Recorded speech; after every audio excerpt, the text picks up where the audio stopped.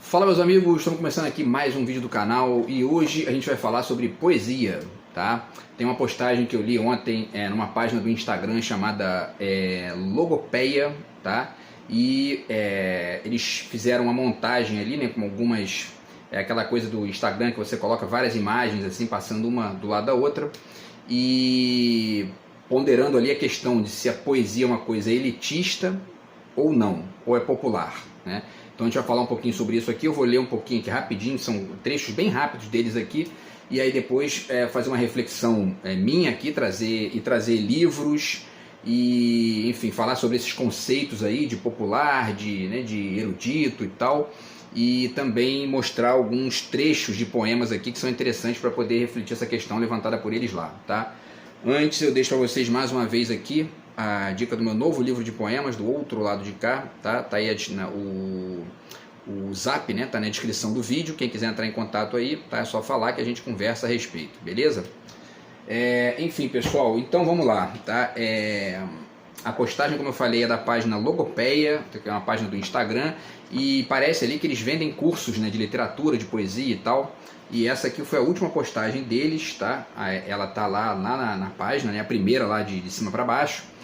E vamos lá, diz o seguinte, né? O primeiro quadro tem até uma imagem do Borges ali, né? Mas esse trecho não está ali dito que é do Borges. O Borges está ali só, parece que, enfim, ilustrando ali, tá? Enfeitando, vamos dizer assim, né? A imagem, tá? E aí o trecho deles diz o seguinte: a poesia não é elevada ou erudita. Na verdade é o contrário. E aí eles continuam aqui, ó. Por mais que muitas pessoas pensem que a poesia é sinônimo de erudição, o que verificamos na realidade é o inverso, tá? E aí eles dão alguns exemplos aqui, ó. Os caminhoneiros, né, por exemplo, criam metáforas elaboradas para se comunicar entre si sem nenhuma intenção literária ou estética, certo? Outro exemplo, né, que eles dão aqui: os homens do campo, mesmo aqueles que nunca foram sequer alfabetizados, se comunicam através de metáforas, certo? Eles falam também que a palavra considerar, o verbo considerar, né, considerar, espaço sideral, né, por exemplo, a palavra considerar surgiu como uma metáfora relacionada à astrologia, mas quem se lembra disso, né? E aí eles finalizam aqui: por isso podemos dizer com segurança que a metáfora está na origem de cada idioma, tá? Independentemente de você ser doutor ou analfabeto. Nós vamos discutir cada ponto desse aqui, porque tem várias coisas legais aqui para discutir, tá? E depois passar para os exemplos aqui, para os livros, tá? E no último trecho aqui, eles finalizam: então, por que existem tantos poemas contemporâneos que são literais e pouquíssimo poéticos? Eles fazem então uma distinção aqui entre o literal e o poético, certo? Vamos então pensar nisso aqui também, porque aqui tem uma sutil contradição aqui nessa sequência que eles criaram aqui nessa postagem, tá? Então vamos voltar para o início aqui, certo?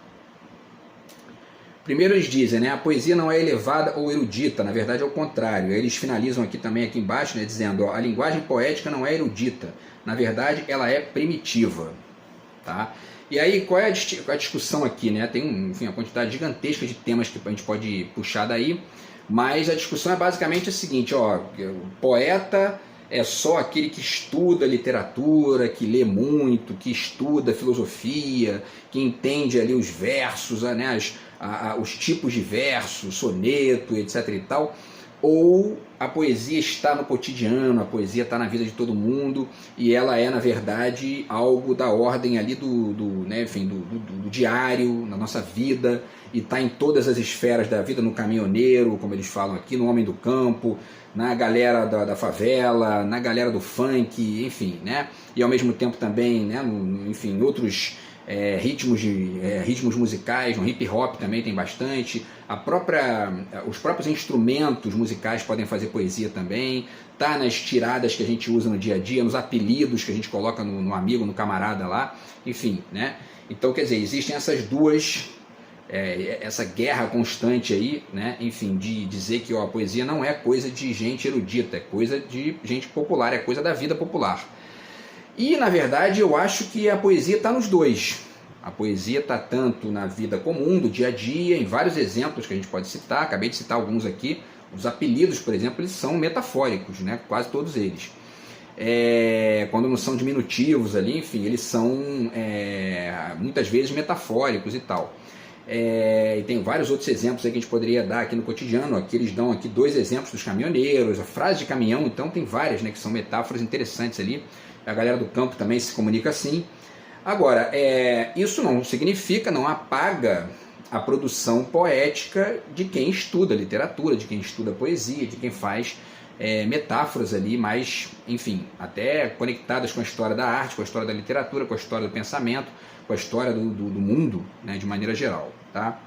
E aí, pessoal, já deixo aqui 2 dicas, né, nesse primeiro ponto aqui, nesse primeiro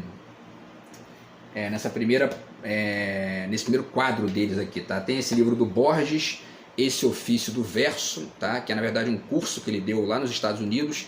E aí aqui tem um capítulo só sobre a metáfora, muito interessante. E aí ele fala aqui, né? Ele faz um questionamento aqui, né?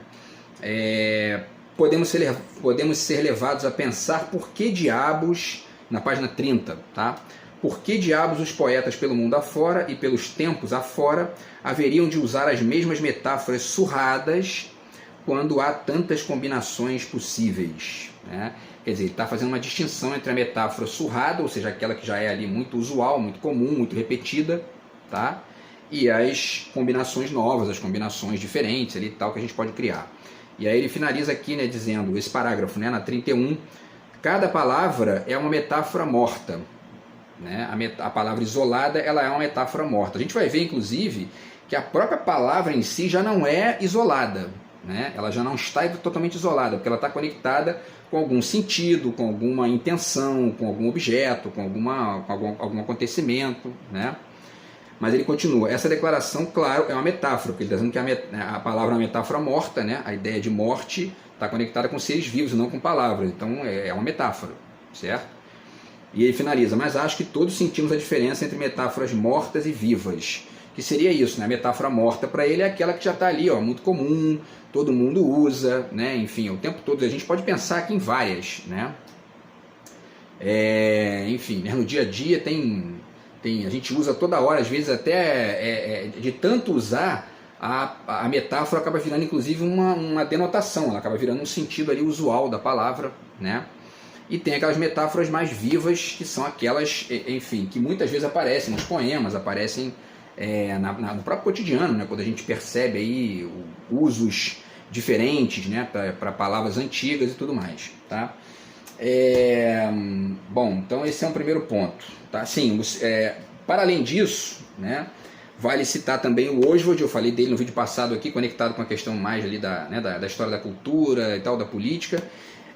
O Oswald fala nos manifestos dele, ele chama atenção para a necessidade de voltar para a linguagem popular, enfim, voltar a atenção, né, para a linguagem popular, porque aquela poesia lá do final do século XIX, virada para o século XX, estava de fato muito ali, digamos, né, muito prepotente, né, muito cheia de pompa e tal, e aí isso cria uma certa ideia de que, não, o pessoal faz poesia quem estuda, quem está na universidade, quem estuda, quem lê muito, etc e tal. E isso realmente é ruim, não apenas porque não é verdade, né, a metáfora e os deslocamentos de sentido estão na vida cotidiana, no dia a dia, mas também porque isso acaba às vezes afastando as pessoas comuns, quando eu digo pessoas comuns, né, as pessoas que não são estudiosos de literatura, não são estudiosos de universidade, da poesia, da produção poética, etc e tal. Então esse é um ponto. Por outro lado, existe o risco inverso, quer dizer, de você criar uma espécie de... é o risco, na verdade, que está nessa afirmação aqui da postagem. Quando eles dizem que, na verdade, é o contrário, eles estão tentando defender o uso popular, atacando o uso erudito, o uso da universidade, o uso do conhecimento, da leitura mais ampla e tudo mais. E isso carrega um problema que é o de passar a imagem que, então, já que a poesia está no dia a dia, está no popular, etc, então a gente não precisa ficar lendo, estudando nada, deixa isso para lá. E você faz ali, na verdade, um desserviço com o estudo, com a leitura e tudo mais, tá? E aí já deixo aqui também a dica do livro do Luiz Costa Lima, tá? O Frestas, a teorização do país periférico, ele fala aqui da dificuldade, né, de produzir teoria, de produzir filosofia, de produzir, enfim, né, estudos mais amplos num país como o Brasil, que é um país muito avesso a isso. E esse tipo de afirmação acaba contribuindo muito para isso, né, para poder meio que vilanizar os livros, né, como se fosse coisa de gente pedante, coisa de gente prepotente. E nem todo mundo que lê é prepotente, assim como tem muita gente que não lê e é prepotente, certo?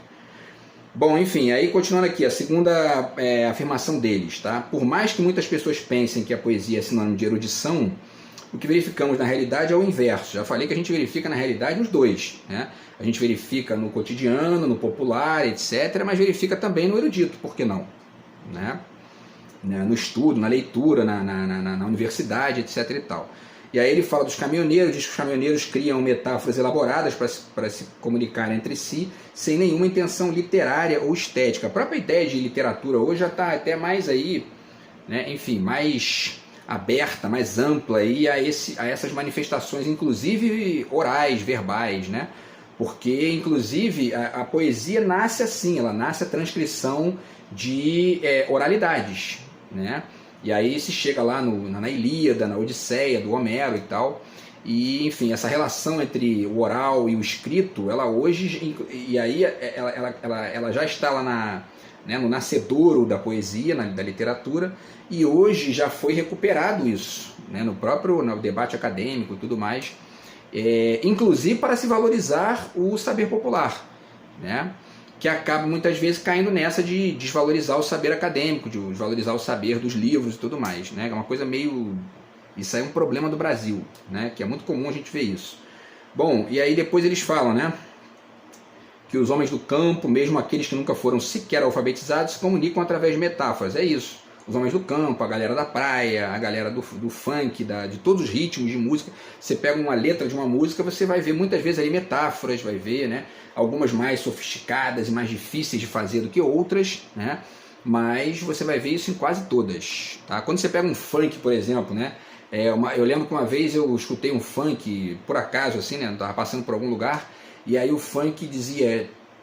o funk estava narrando um tiroteio e estava dizendo tipo Colômbia, né? Tipo Colômbia é uma metáfora, né? Porque está querendo dizer que aquele tiroteio é muito parecido com o que acontece na Colômbia, ou seja, né, fazia referência ali ao cartel de Medellín, certamente, ao tráfico lá de drogas e tal, e aquela realidade violenta lá da Colômbia. Então isso é uma metáfora que está no funk, que é uma manifestação popular e tudo mais, tá? Enfim, e aí, pessoal, ele fala da palavra considerar, que eu já falei aqui, né? E isso é um ponto importante aqui, né? Que a gente vai voltar no final, tá? Depois eu vou voltar a essa questão aqui, porque as próprias palavras, elas já são, em certo sentido, metáforas das coisas, né? Elas são ali representações indiretas da coisa que está sendo dita, né? Porque a palavra, por exemplo, né, a palavra nuvem não está lá na nuvem, né? Naquilo que a gente chama de nuvem. Aquilo lá não tem nome, aquilo lá existe independente de a gente chamar de nuvem ou não, né? E a gente cria uma palavra para poder se relacionar com aquilo, dizer para as pessoas que aquilo é isso e tal, e blá blá blá, certo? Então, agora, isso já é uma representação indireta, né, em relação à coisa. Então, quer dizer, e aí no campo das próprias palavras, essa é uma discussão também interessante, que é o que está sendo dito aqui, em relação ao verbo considerar. As próprias palavras quase sempre são misturas de uma coisa com outra, né? Um prefixo com um sufixo, e aí você tem ali, né, enfim, né, peguemos aqui algum exemplo, sei lá, né, plutocracia, né, que seria né, o governo dos ricos, né? Então você tem o pluto e o cracia, quer dizer, duas palavras diferentes aí, duas ideias diferentes conectadas com, enfim, para poder gerar um sentido terceiro, né? E tem casos ainda mais interessantes e ao mesmo tempo bizarros ali. Eu já falei aqui em outros vídeos do caso da palavra algodão, por exemplo, né, que é uma palavra muito interessante, porque a palavra algodão é, na verdade, o cotton, né, aquele tipo de tecido, cotton, que na Itália é cotone, na França é cotton, né, e, enfim, né, é coton, né, enfim, na Inglaterra é cotton e tal. E em Portugal virou godão. Godão. Mas de onde vem esse tal de al aí na frente? O al é um artigo árabe. porque os árabes, os mouros, né, viveram ali em Portugal há mais de 500 anos, e obviamente que tem várias palavras na língua portuguesa que tem uma certa conexão com o árabe, e aí é curioso isso, porque você vê, né, o artigo foi meio que acoplado, né, no substantivo, virou uma palavra só, algodão, né? E quando a gente fala o algodão, meio que ali, sem perceber muito bem, a gente está falando dois artigos, na verdade, né? Então, quer dizer, isso é uma certa poética da linguagem aí, porque isso aconteceu ali, a gente não tem como saber como aconteceram essas coisas todas, né? E isso é uma riqueza da linguagem, a poética da vida também, né? Que mais, pessoal? Tá, e aí, vamos lá, continuando, né? Eles dizem aqui, por isso podemos dizer com segurança que a metáfora está na origem de cada idioma. Aí essa questão deles considerarem aqui que a poesia é primitiva, né? Existe muito isso, existe essa linha de pensamento que acredita que a poesia é aquilo que está ali no nascimento do sentido, né? Quando uma palavra gera um sentido novo, né? ou surge representando uma ideia que não tinha sido representada antes, nem no sentido original daquela própria palavra, né? Esse é um tipo de poesia. De fato, você tem isso, né? Efetivamente, você tem esse tipo de produção poética, mas não é o único. Obviamente não é o único, tem outros tipos de poesia, tá? E aí diz aqui, né, independente de você ser doutor ou analfabeto, né? E realmente você pode fazer uma metáfora sendo um analfabeto do ponto de vista da escrita, né? Porque, como eu falei aqui, a poesia está na oralidade também, né? E assim como está na escrita e tudo mais, tá? Que mais? E aí ela também comparece muitas vezes no cotidiano, né? Como a gente falou aqui, uma música ou num comentário às vezes, né? Vou dar um exemplo aqui que é um exemplo dos mais conhecidos, dos mais interessantes. Eu até usei ele na introdução do meu livro, no meu último livro de poemas aqui, que eu não consegui vender nenhum por culpa dessa gentalha nojenta ainda aí. Mas enfim, ali na introdução eu falo daquela frase do Romário, aquela famosa frase do Romário, né, que disse uma vez lá, estava discutindo, estava brigando com o Pelé, e aí disse, o Pelé calado é um poeta, né? Porque o Pelé tinha falado alguma bobagem ali e tal, e aí o Romário achou aquilo ali e disse, né, quando ele diz que o Pelé calado é um poeta, ele está fazendo uma metáfora e ao mesmo tempo está, de certa forma, enaltecendo, exaltando um sentido superior para a poesia, né? Calado ele não é qualquer um, calado ele é um poeta, né? Então isso aí tem né? E aí é uma situação ali múltipla, né? Até complexa, porque carrega ali o uso popular da poesia, mas ao mesmo tempo a exaltação popular do uso sofisticado do poeta como um produtor enfim, de situações de qualidade, né? E sempre lembrando, né, no alto nível, não no baixo nível de gente que fica provocando os outros na rua, né, gerando violência, porque isso aí não é poesia, isso é podridão, isso é mediocridade, né? Mediocridade disfarçada de poesia, tá? Porque inclusive essa ideia do Borges de que as metáforas, existem metáforas, né, metáforas surradas e metáforas novas, existem também metáforas de baixo nível, né? Você pode ofender, né? Recentemente, se não me engano, foi o Vinícius Júnior, né, que foi chamado de macaco lá na Espanha. Isso, estrito senso, é uma metáfora, mas é uma ofensa, né? E você pode ofender a pessoa com uma metáfora, nada impede. Essa gentinha nojenta aí, por exemplo, está me ofendendo aqui há anos, aí, entendeu? Usando isso, né? Porque não sabem, né, são analfabetos de ponderação, de educação, de respeito, né? E tudo mais, tá? Para finalizar, pessoal, eles dizem aqui, né? Então, por que existem tantos poemas contemporâneos que são literais e pouquíssimo poéticos? Na verdade é isso, né? Ali, a própria postagem aqui faz uma distinção entre o poema literal e o poema poético, né? Eles dizem que o poema literal seria pouquíssimo poético. O que é a linguagem literal? É a denotação, né? É a linguagem do cotidiano, né, usual do dia a dia. A questão, e aí agora eu vou deixar aqui o celular aqui do lado para poder a gente finalizar aqui a reflexão. A questão é que tem muita gente que defende que, como eu falei aqui, né, na medida em que a palavra já é uma representação da coisa, logo de cara, de saída, ela já seria poética por essência, né? Essa é a defesa de quem acredita na poesia como algo da ordem do primitivo, que já está ali na origem da linguagem, portanto na origem das palavras, na origem do sentido e tudo mais, né? E aí essa distinção entre literal e poético perde um pouquinho, né? Se a gente pensar bem, essa palavra literal não é muito bacana. Eu já há muito tempo, eu fiz até um poema uma vez sobre isso, literal, litoral. Por quê? Porque o literal é o da letra, né? E se a metáfora ela é também da letra, ela também é literal. Então isso não cria uma distinção exatamente ali tão interessante não, tá? Enfim, pessoal, então vamos, para finalizar o vídeo, eu vou trazer alguns exemplos para vocês, tá? Primeiro, de situações nas quais a poesia comparece fora da literatura, estrito sensu, ou seja, fora dos livros e tal, dos livros de poemas, e depois alguns exemplos de livros de poemas. Vamos ver se vai dar tempo aqui, né? O Wisnik, por exemplo, tá? Nesse livraço aqui que eu já falei muito dele, que é o Veneno Remédio, ele fala de várias coisas interessantes aqui conectadas com a poesia, ligadas ao futebol, por exemplo, o drible, né? E ele fala também aqui de um trabalho do Pasolini, que eu já li também, que é um texto do Pasolini, do Pier Paolo Pasolini, que é o cineasta italiano, né?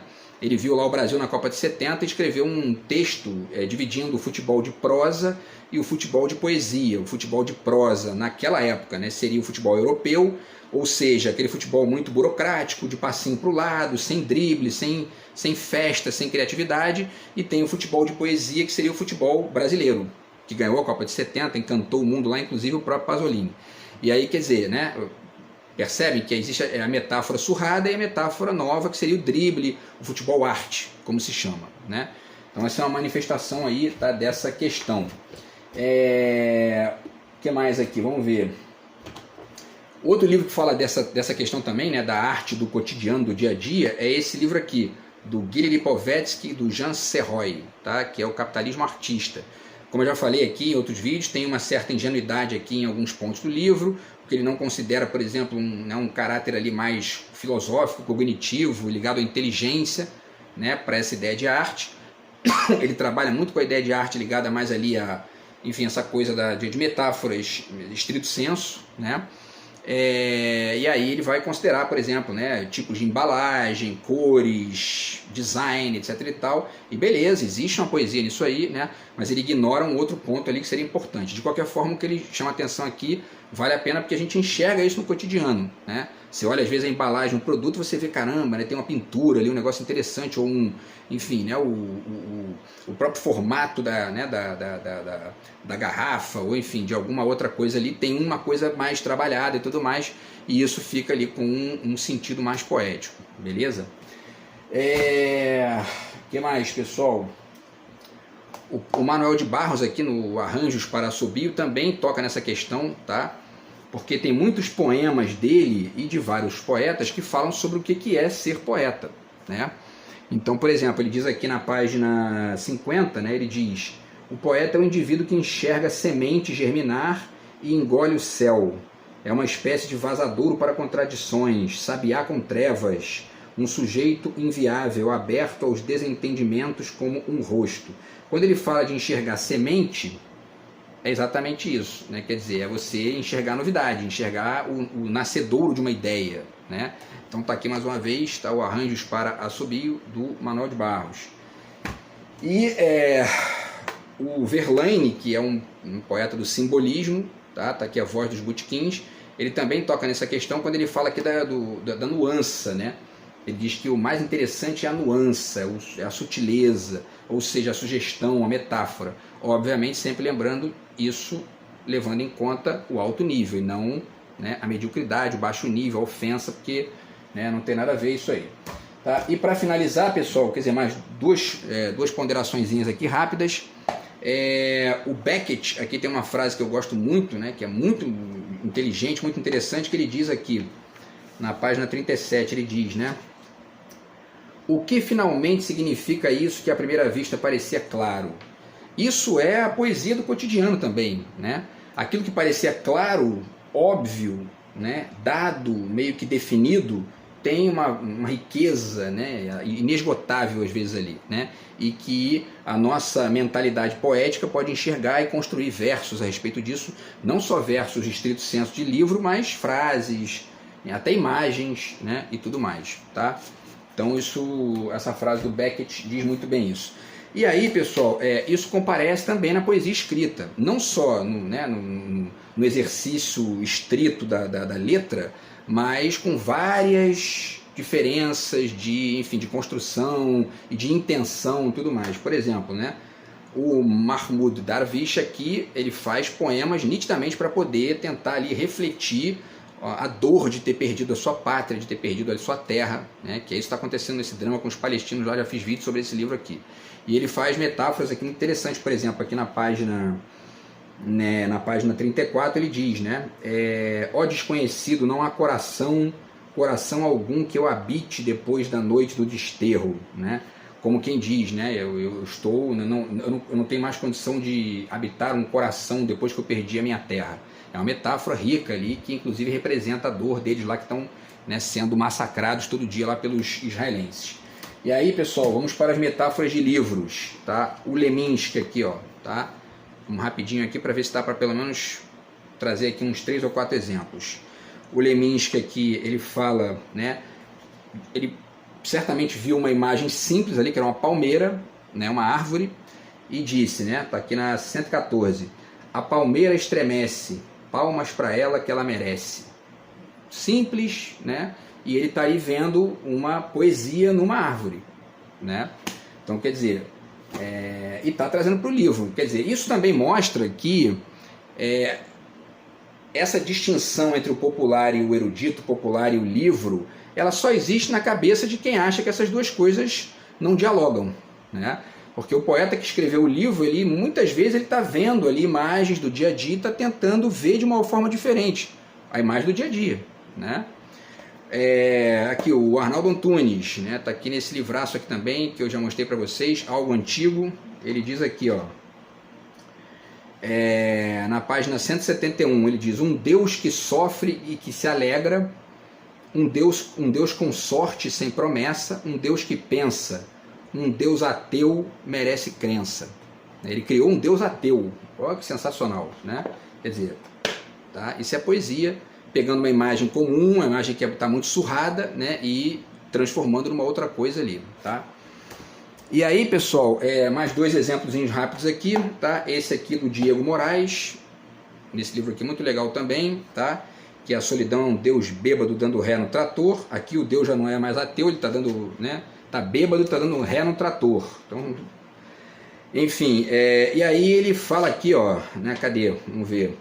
Ele diz, ó, escrever, aqui na página 136, escrever poemas é remontar dinossauros com asas. Tá? Então, ele está criando uma imagem aqui, bem ligada aí à história do planeta e tudo mais, mas para fazer uma metáfora do que é o trabalho do poeta, que é ficar ali, enfim, remontando o sentido, deslocando, criando novas conexões e tudo mais, tá? É um pouco isso aí. E para finalizar aqui, o nosso último exemplo, tá, pessoal? Não vai dar tempo de mostrar tudo, mas enfim, mais um exemplo aqui do Lawrence Ferlinghetti, tá? Que ele fala aqui, que os poemas, cadê aqui, ó? Os poemas são notícias das fronteiras mais longínquas da consciência em expansão, Quer dizer, uma metáfora interessantíssima, ligada à geografia, ligada também a uma coisa visual e tal, e que mostra que a poesia é isso aí, é você enxergar mais longe do que o olho alcança, mais longe do que o cotidiano te permite, Isso é bem a poesia, independente se você está fazendo isso no dia a dia, no cotidiano, ou está fazendo num livro de maneira sofisticada ou de maneira popular, tá? E aí, para finalizar, pessoal, eu deixo com vocês aqui um poema que eu escrevi uma vez, e eu não publiquei esse poema ainda, mas ele fala um pouco sobre isso, de que a denotação ela já é um pouco conotativa também, tá? E aí, vamos ver aqui o tempo. O poema diz o seguinte, para finalizar. O poema se chama Codenotações, tá? E diz assim: a denotação conota que algo mais se anota, que o bronze da pele de outra anedota, prova que nada no assim de repente se esgota, que no fundo a grande lorota está no que se define em abuso, sem resto e sem rota, como carne nua e crua e sem dobra de cambalhota. Beleza? Então é isso. A denotação já é ali, de certa forma, ela é uma sutil conotação e tem uma riqueza ali que a gente já aproveita no dia a dia de forma poética, porque isso é parte do que a gente é como ser humano. Beleza, pessoal? Então é isso, tá? A gente se fala no próximo vídeo do canal. Grande abraço, tamo junto. Fui.